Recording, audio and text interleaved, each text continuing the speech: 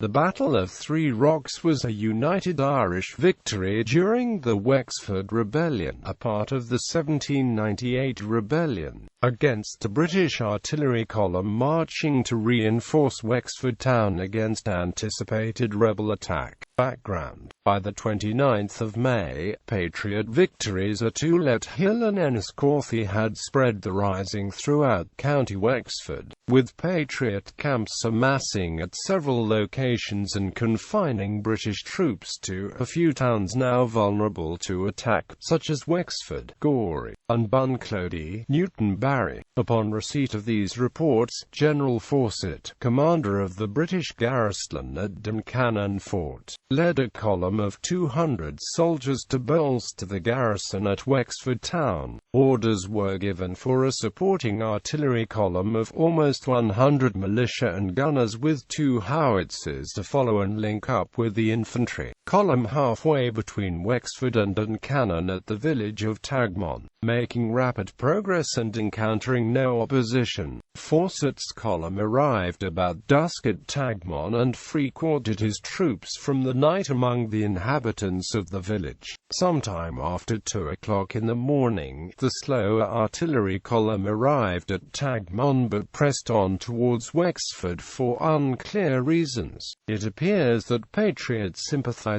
and agents may have duped the column with false reports of a clear road to Wexford and of the urgency of their pressing ahead. Patriot preparations. Contrary to these reports, a large army of South Wexford Patriots had gathered on Forth Mountain and were well aware of the advancing British redcoats. An ambush position was prepared at the eastern end of Forth Mountain, where the ground receded to the Three Rocks. In the pre-dawn darkness, Patriot musked men were stationed parallel to the anticipated line of advance, concealed behind the rock outcrops and scrub, while hundreds of pikemen waited out of sight. Patriot signalers with flags watched the approaches and waited for the troops to enter the chosen killing ground. As dawn broke, the British column walked unsuspectingly into the trap and suffered a close-range volley of musket fire followed by a massed pike charge into the line, giving the soldiers no chance of regrouping. The fighting was over in a matter of minutes, leaving around 70 of the militia dead, most of the gunners captured, and the 2 howitzers in the hands of the Patriots.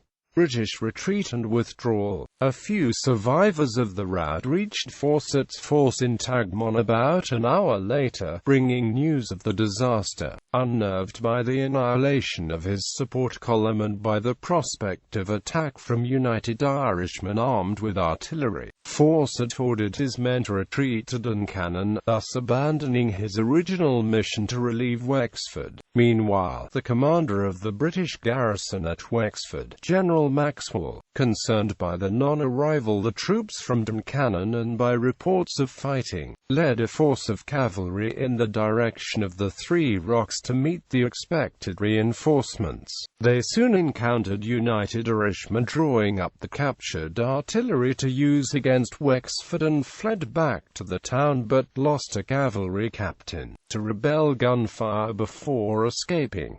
Fall of Wexford. The retreat of the cavalry, news of defeat at Three Rocks, the prospect of facing Patriots with artillery, and the visible massing of more Patriots north across Wexford Bridge sapped the garrison's will to resist, and envoys suing for peace were dispatched to parley with the approaching Patriots. Though the intention to surrender the town was genuine, the garrison had no intention of being held prisoner by the Patriots and sneaked away while the United Irishmen were distracted by the peace envoys, wreaking revenge by indiscriminately burning, raping and murdering as they fled to Duncannon. The garrison was well away before the United Irishman forces entered the town, freeing prisoners such as Bagenal Harvey, setting up a committee of public safety derived from the French model, and even organizing a makeshift navy to protect the harbour. Any British military personnel or prominent loyalists who failed to escape were quickly rounded up to be lodged in the town jail, a prison ship, or makeshift prisons. The United Irishmen now had control of almost all County Wexford, and were in a powerful position to launch offensives against the few remaining foreign garrisons in the county at Bunclody, Gorey, and New Ross.